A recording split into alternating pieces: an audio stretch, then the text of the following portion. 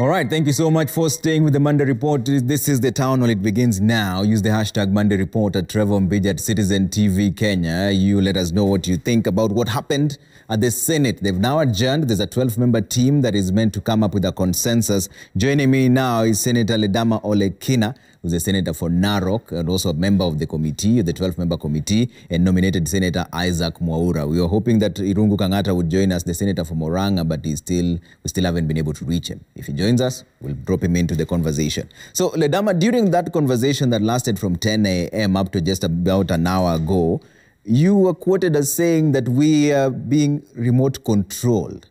Who's controlling the Senate, Ledama? The executive. And when you say executive, you mean the president? I mean the executive. The executive is larger than the president. Okay. And why would you say that? Have you been called yourself to try and change your vote? No, I think the majority whip and the majority leader speak, when they speak, they're very clear on who has sent them. But I think for the first time ever today, we saw some white smoke. We saw an opportunity for us to be able to exercise our constitutional mandate as another arm of government. Okay. And why I'm saying that is because finally some sort of wisdom prevailed on all of us. And we were able to say, let's take a break, regardless of the adjournment motion being defeated. At the end of the day, we ended up adjourning so that we can give Kenyans an opportunity to be able to get this revenue. A united Kenya is something which is desirable for the current executive. And I think I'm very proud, and I'm actually very proud of also of my speaker. For once today, he did something that everyone was very proud of because he followed the Constitution. Okay. And he must always adhere to the rule of law. Okay. And the reason why I'm saying that is because when you look at the doctrine of separation of powers, every arm of government has got its own powers and its mandate clearly spelled out. Okay. Senator Mwaura, do you believe that the Senate is being controlled by the executive?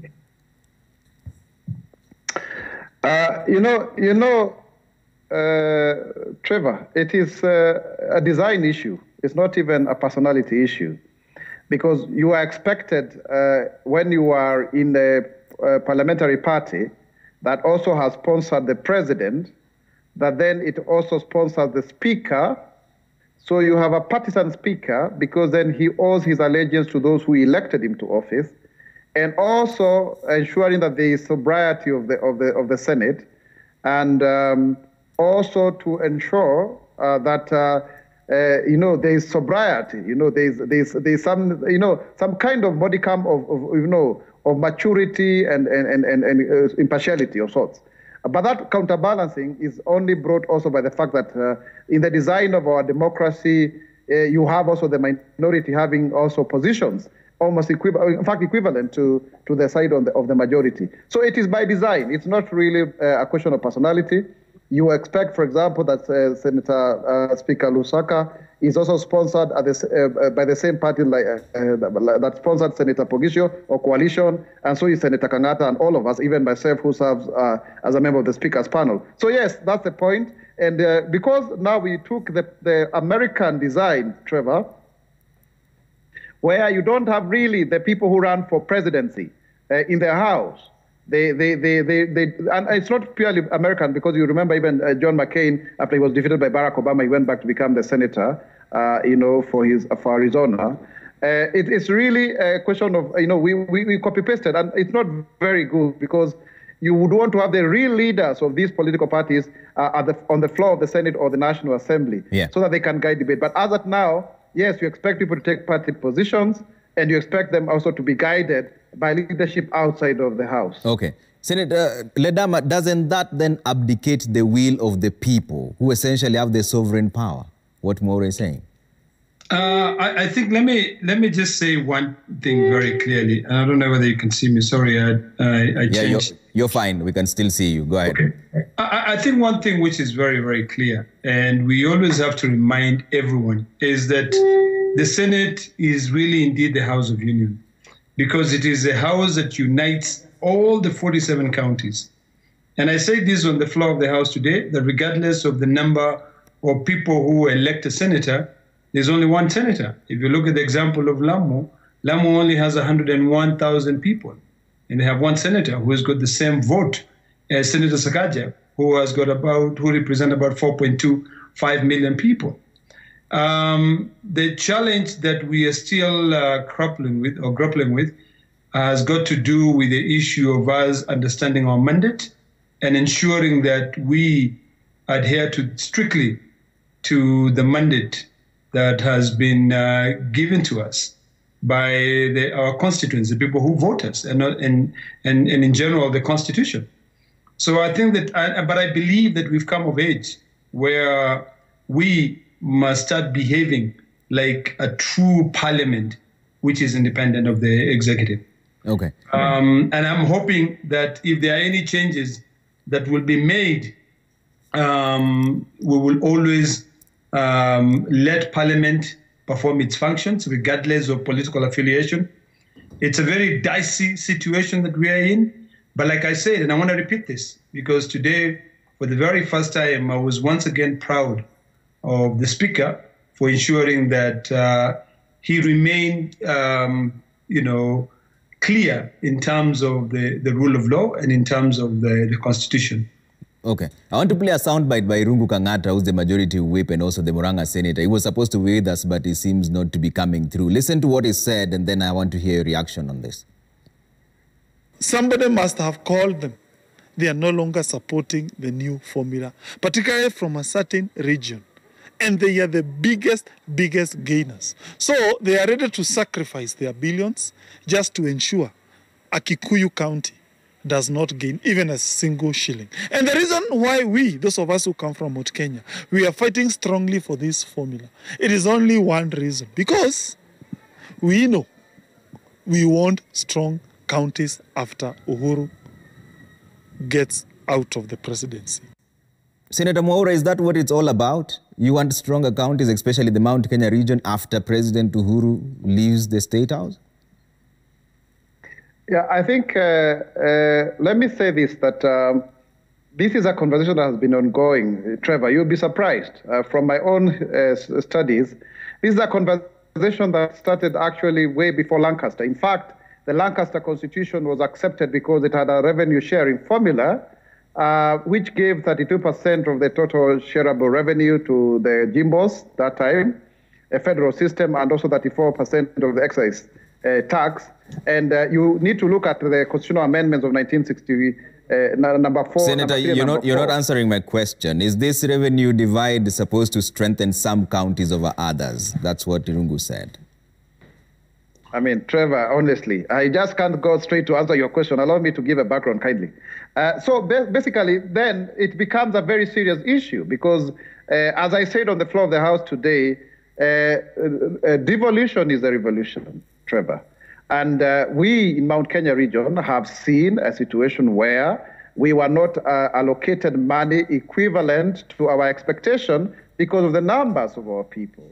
And so therefore we needed to make sure that we have a formula that speaks to a mantra of one man, one vote, shilling, so that then there's the equitable distribution of resources. Because away from the national kitty, where you have maybe the national ministries, then this only becomes your recourse because you can control it at the county level. And so therefore it's very important going forward, especially when you may not be able to control the presidency, for example, and that's a legitimate concern. And I agree with my brother Kang'ata on this one, so that then people can be assured whether you have the presidency or not, but you have monies that you can still run your counties. But what about the other counties that essentially will be losing 17 billion shillings if that mantra that you go by, one man, one vote, comes into play? It is not in conflict with that, and I think that's something that the Kenyans do not seem to understand. What we see, Trevor, is the selfishness of the executive. How do you explain, for example, a budget of 2.7 trillion, and you cannot afford another extra 13 billion? I had actually tried over the weekend to converse over this issue, and I had made a proposal that would only require another 13 billion for everybody to be comfortable, or at least far more comfortable than what it is today. So the fact that we couldn't get more money through the Division of Revenue bill And the fact that even with this standoff, we've not gotten much money, I think for me is an indictment on the part of the executive with regards to the support to devolution. Because Julius Kambarage Nyerere put it very clearly that there is a problem of having one center. Because when you make the mistake at the center, you actually, affect the whole country. But when you have many centers, some will work, some will not work. And you have even seen some of the counties have done very well more than others. And also, further to this, Trevor, there is an issue of even pillage and pilferage and seepage of public funds. Now, when people steal money in Nairobi, where do they take the money? They take them offshore. But when people steal monies in the counties, they take it back to Nairobi, which is an antithesis to devolution, or they reinvest in those counties. And by the way, let me put it very clearly. I am a very strong proponent for devolution because I remember going to Kitui County when there was virtually very little on the ground. And 10 years later, I was able to see some semblance of transformation. And that, I think, is replicated across the country. What we are saying, in short, is that let the counties get what is their rightful share. Okay. And that could have very easily be achieved if increased by about 13 billion, so that then you don't have any county losing, and those that are gaining continue to gain. Okay. Ledama, so let's shift the shoe to the other foot. But can I just respond a little bit even before we shift in terms of the sentiments of Senator Kangata? Yes, go ahead. When I listened to Senator Kangata, it took me back to Article 91 of the Constitution of Kenya, which are the basic requirements for political parties. And precisely on Article 91(2), it says a political party shall not engage or encourage violence or intimidation of its members, supporters, opponent, or any other person. When you listen to the sentiments of Senator Kangata, he seems to suggest that, whether or not your conscience is telling you follow a particular path for the unity of the country, you should not use your common sense. What you should do is that you should follow that which your party demands you. And these are the things that the Constitution really bars these political parties from doing it. So really, it is a travesty of the rule of law. It takes us back to the dark ages. And I think it is important that we grow and develop and become mature when it comes to allowing freedom of speech and freedom of ideas. There's something which I emphasize a lot on, which is an issue of the parity principle, the 80-20 rule. It is not always that I agree with my political party, but I shouldn't be disagreeing with them 100%. But on this issue of revenue, it is an issue that can divide the country because you cannot justify as to why the counties are only really grappling with about 10% of all the entire budget, the Kenyan budget. When you're looking at the 90%, the national government is controlling it. So really, there are questions that, and I hope that Senator Kangata can really, sort of like leave that line of thoughts and start thinking in a way that it unite this country but not divide this country. Okay, but Ledama, for the sake of just argument, and I heard Senator Mwaura mention this, if you have a family and one family has a bigger plate but the other one has a higher number of children, do you divide the food based on the high number of children or the size of the plate? What is so wrong with this option of making sure that people get more money because they're many? Here's the thing. I keep on being practical, and I like being very practical. And I'm going to use Narok as an example. Narok, our population is only 1.1 million people. And in our own on-source revenue, last year, we generated 3 billion shillings. If you compare it with Kiambu, which has got double the population of Narok, they only were able to get about 2 billion shillings. So really, you ask yourself, does population really equal, revenue? Because by extent, whatever we're able to generate as on-source revenue, remember, we don't collect payee. We don't collect other taxes like VAT. We also do not collect any other taxes like the hotel levy fee, which is about 2%. So when you look by extension, how much Narok County is generating in terms of contributing in terms of the GDP, it's a lot. So population does not equal to taxes.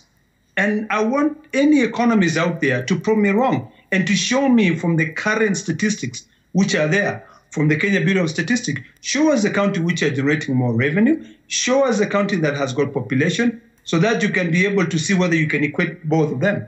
Now, to simplify and to demystify it and come up to your line of question, you ask me, when you have more children, who should you give more things? Then, to those children should also be allowed to work more, to be able to generate more, so that you can be able to divide more money. But if you have less money, then you divide the little money you have with them. Okay. Senator Mwaura, you're the one who brought up that argument. Yeah. Yes, I think I don't agree with my brother here because, I asked a question and I want to put it clearly. Do you divide food according to the number of people or the size of the dinner plate? Now, first and foremost, I think Ledama is misleading Kenyans by saying that they generate more revenue than Kiambu. Oh, yes, Kiambu has actually the potential of collecting up to 7 billion. And the problem has been about collection because of the systems. That's why they collected 3 billion, and then there was a recessing to 2 billion. And Kiambu people are very hardworking, and it's actually true. Over and above the OSOS revenue, which is really a small portion, Kiambu contributes 5% to the GDP, and that should go on record. 43% of the GDP is contributed by Nakuru, Kiambu, Nairobi, and Mombasa. So when you talk about contribution to the actual money that goes to share with Narok and other places, away from the OSOS revenue, and for simplifying, OSOS revenue is the money that the county collects for itself, but GDP is the money you contribute for everybody to share. So, and then further to that, even when you look at issues to do with the VAT, if you are buying flour, if you are buying cooking fat, it's all, there's 14 or 16% of the VAT. It is the number of people. So let us not try to disabuse to emphasize the fact that you could have fewer people who are paying more taxes. That's not true. I was in Narok over the weekend, and it is true there's a lot of revenue generated by Masai Mara, the whole reserve there, and because of the tourism. But also further to say this, and I think Senator Ledama will agree with me, that there are Kikuyus there. Just like I have Masais in Ruiru, actually. They are on the government land, the KDF land there. So when we are talking about these conversations, yes, we are in silos. You are from Narok, I'm from Kiambu. But let's also remember that we're talking about the whole of the country, so that we do not polarize people on the basis of tribe. I think the concerns raised on the 1 man, 1 vote, 1 shilling are legitimate. And the concerns about the marginalization on the other side are legitimate. What I said, and I want to repeat here very clearly, that we should not engage in some form of tortuous, convoluted form of retributive justice, where you cure one form of marginalization by creating another one. Okay. What we need to do is to come up with an amicable solution. And I say this, I conversed today on the floor of the House to ensure that we have the consensus that we got here. Yeah. So I expect Senator Ledama, when he sits on that committee, he now removes his parochial interest of Narok and now guides the nation, because he has that privilege that many of us may not have, so that we look at all the formula and come up with a way forward. One of the things that is sad for me is the fact that we cannot increase the equitable share from 316 to around 330 billion. I was the vice chairman of the Committee of Senate of Budget. I wish that would be the case, but now that we are sharing what is there, can we share it in an effective manner? So, Ledama, what does let me just counter what my dear friend has said. Okay. Having a potential and actually doing it are two very different things.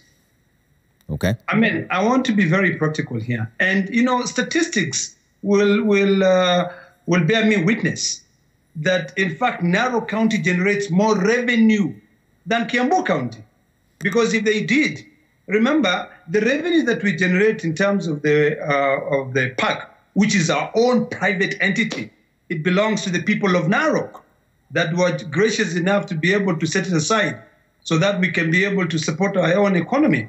It's very little. Well, it's $80 a person per day. Think about the taxes that are paid by the hotels there. Think about the payee that the Kenya Revenue collects from the people who works there. Think about the corporate tax that the people who collects there. We have been honest enough to be able to generate more revenue to support the economy. Okay. So what I'm saying is this, and I would never bring up the issue of any tribe. And actually, if you go back, on this tape, you will realize that the person who brought up the issue of tribe is not me, but my dear friend Senator Mwaura. The people of Narok are people who I love very much. The people of Kiambu are people who I care a lot about. The people of Mandera I care about. And by all means, when we sit there, we want a situation where, regardless of where you are, you can consider yourself as Kenyan.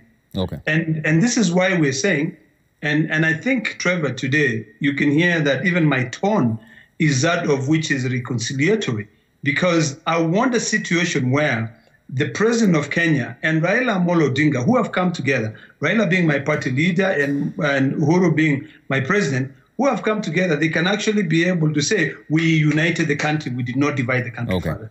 Yeah, I realize your tone is a bit toned down. I just thought you're tired because you were there from 10 a.m., but now we know why. So the other thing is, so what is a consensus deal? What does that look like? You're part of the team that is now tasked with doing that. What does that look like? Here is the thing. One thing which we have to put into context is that there are several amendments which are on the order paper, which we cannot just wish away. We have to speak to the people who brought in those amendments, which include myself, on a way which we think is much practical to be able to ensure that the unity of this country. Team Kenya, which I'm a proud member of, has agreed to be able to sit down with the other part, which I don't know what the name is, to be able to figure out and say, okay, what can we give and what can you also let go? And this is the best scenario would be where we use the current allocation as the base, and those counties continue to receive that amount of money until we can go to what Senator Mora was saying, we can be able to raise the equitable share. But practically, it may not be possible for us to raise the equitable share for the next 5 years because, one, COVID is real, and it has affected people economically, it has affected the health of the country, so we may not be able to get there. And there's one thing which Kenyans ought to know is that we cannot amend DORA. DORA is a division of revenue between the two levels of government, the national government and the county government. The county government already gave, the DORA already gave the county government 316.5 billion. We may not be able to, we cannot be able to amend that. We are dealing with the issue of CARA, which is a county revenue allocation. So we have to sit down and say, my proposition would be, why don't we stick with the current status quo? We get the exact, we don't necessarily apply the second generation formula because really the Constitution does not even talk about a formula, it talks of a basis. So if we can use the current allocation as the basis for allocating revenue so that each county can continue receiving what they've been receiving now until a point in the near future where maybe we might be lucky and we're able to generate more revenue. Okay. In fact, when you look at the proposal by Senator Sakaja, which was further, before it was further amended, it was proposing a situation whereby we maintain as one of the strongest parameter the current revenue allocation. Now, when it was further amended, which is what is on the floor at the moment, when it was further amended by Senator Linturi, it sort of like brought in a win-win situation where I allowed, I was gracious enough and I said, it's okay. Yeah. Because of the population increase and all that stuff with my brothers in Kiambu and other parts of the country, I'm willing to lose some money. And I lost about 130 million. And I said, you know what? It's fair enough. Okay. And Kiambu gained about 250 million.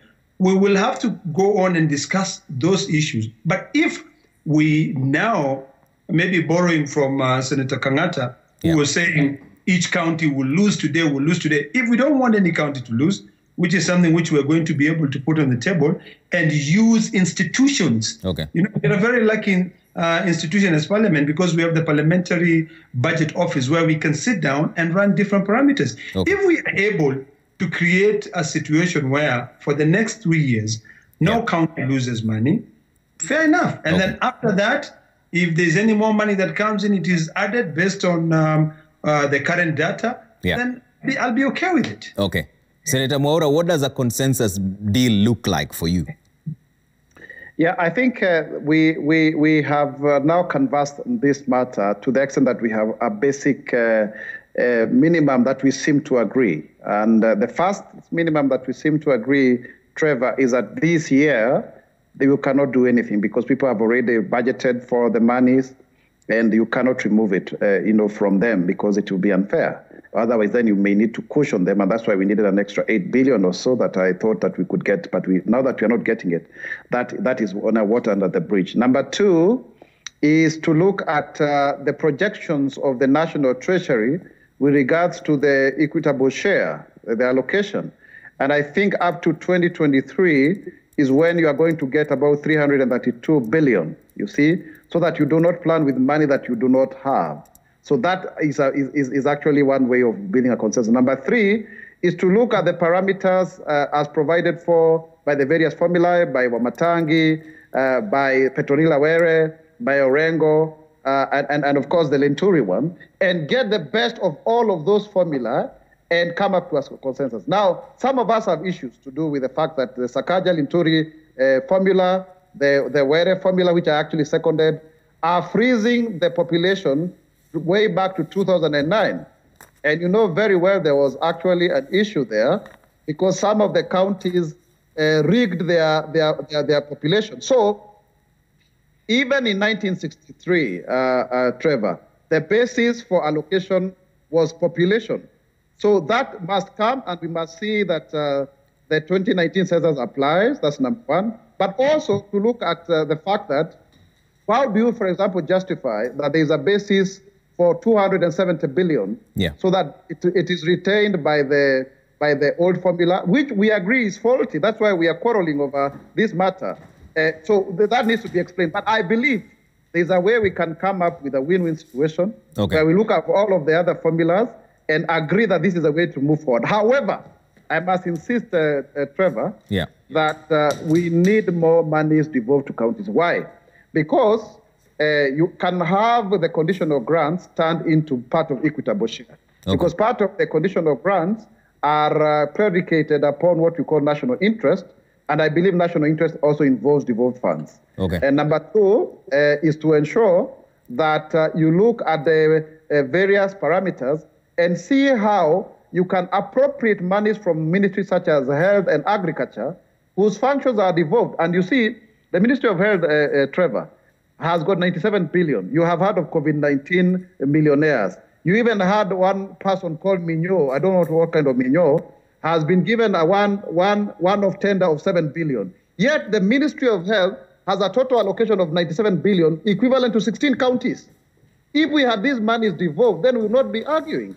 So I think I'm calling upon also the magnanimity and in the spirit of devolution that some monies be ceded, because we are also going to the BBI, and the BBI is proposing that we devolve actually that 5%. So in the spirit of BBI, I would want to see a situation where going forward after this financial year, which we say nobody loses, the next financial year there should be more monies allocated under equitable share.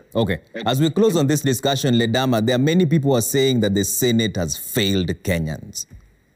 Do you agree with this sentiment? Absolutely not. If anything, I would like to plead with Kenyans to pay attention to the details. One of the biggest problems we have is that we are so sensational, such that we do not pay attention to the detail, and we are not futuristic. We care so much about our local politics to a point where we don't ask ourselves, why is it that Ledama, who is a strong supporter of Raila, is going against Raila on this particular revenue? For two reasons. One, I'll be very blunt. Number one, I care about my constituents, the people who elected me, and they brought me to the Senate. Article 96, when I was elected as a senator, I brought in one vote. There are 47 votes. And all of us must work to unite this country. We are talking about the BBI coming up. Did you know, Trevor, that we will need at a minimum 45 senators to be able to pass an amendment to the Constitution? If we cannot agree right now, whereby we are divided, in the middle, 2025, how are we going to be able to ensure that my party leader and Uhuru Muigai Kenyatta give this country BBI if we are not able to actually agree? So this is an opportunity for Kenyans to see an institution putting his foot on the ground and saying we will be respected. So we have not failed in our duty, and I think if you have followed the proceedings of the Senate, you will understand that we are people who have got diverse of opinions. And when you listen, within time, sort of like reasons prevail. So I think I want to plead to Kenya and then remind Kenyans that there are greater things. You're very lucky that you have a Senate that has got 47 members. It is not like the House of Representatives or the National Assembly that has got over 300 members. So you really can never follow anything. Yeah. This is an opportunity to be able to unite the whole country. Okay. So I strongly believe, Trevor, that the Senate of the Republic of Kenya has stood up as an institution which respects the rule of law and which has said we must be respected so that we can be able to perform our functions. All right. Senator Mwaura, very briefly, is it going to be the 10th time lucky? I think today when we were arguing, but before I come to that, please just remind Senator Ledaba when he said they are Team Kenya, the rest are also, they are Kenyans. So you are Team Kenya, but you are also the Kenyans. And also to tell you that if you have to look at the GDP then of Kiambu, then we 5% would be actually about 500 billion, but that is for the whole of this republic to benefit as well. I want to say that now there's some reason. People also are tired. And I think, Trevor, in political theory, states are built because of external aggression. I think the aggression that happened today, which we condemn in the strongest of terms of harassing our fellow senators, has made the Senate to come to reason. It's a house that does not engage in capricious behavior. But of late, we have been a little bit woolly. It's good to confess that. But today, we got into our sobriety. People were able to reach out to one another. The mood was, I think the shock that one can be arrested because of their political opinion has made the Senate, and also the fact that now the Team Kenya, where Ledamba belongs to, and us, the other Kenyans, Fair Kenya team, we were able to defeat them on 2 occasions. One, it was a tally. The other one, we were able to win. So they also saw now we are more organized. In fact, we quickly organized for lunch with Senator Susan Kihika and Senator Kinyua and Senator Cherarkei, and it worked because the majority whip also joined us and the whole of leadership. So I think it is important, and I want to really say, in politics, people have learned how to with the foxes and to run with the hares. But also, the strength of the Senate is the collegiate, because the strength of the pack is a whoop, and the strength of the is a pack. So I need Ledam on my side because I know he's a Modoniwa from Narok, and we cannot do without each other, Trevor. That is the realization that came today to the Senate. And I'm very, very happy that now sobriety is prevailing. Today, Senator Governor Lusaka was very, very good. Okay. He did not go away from the standing orders.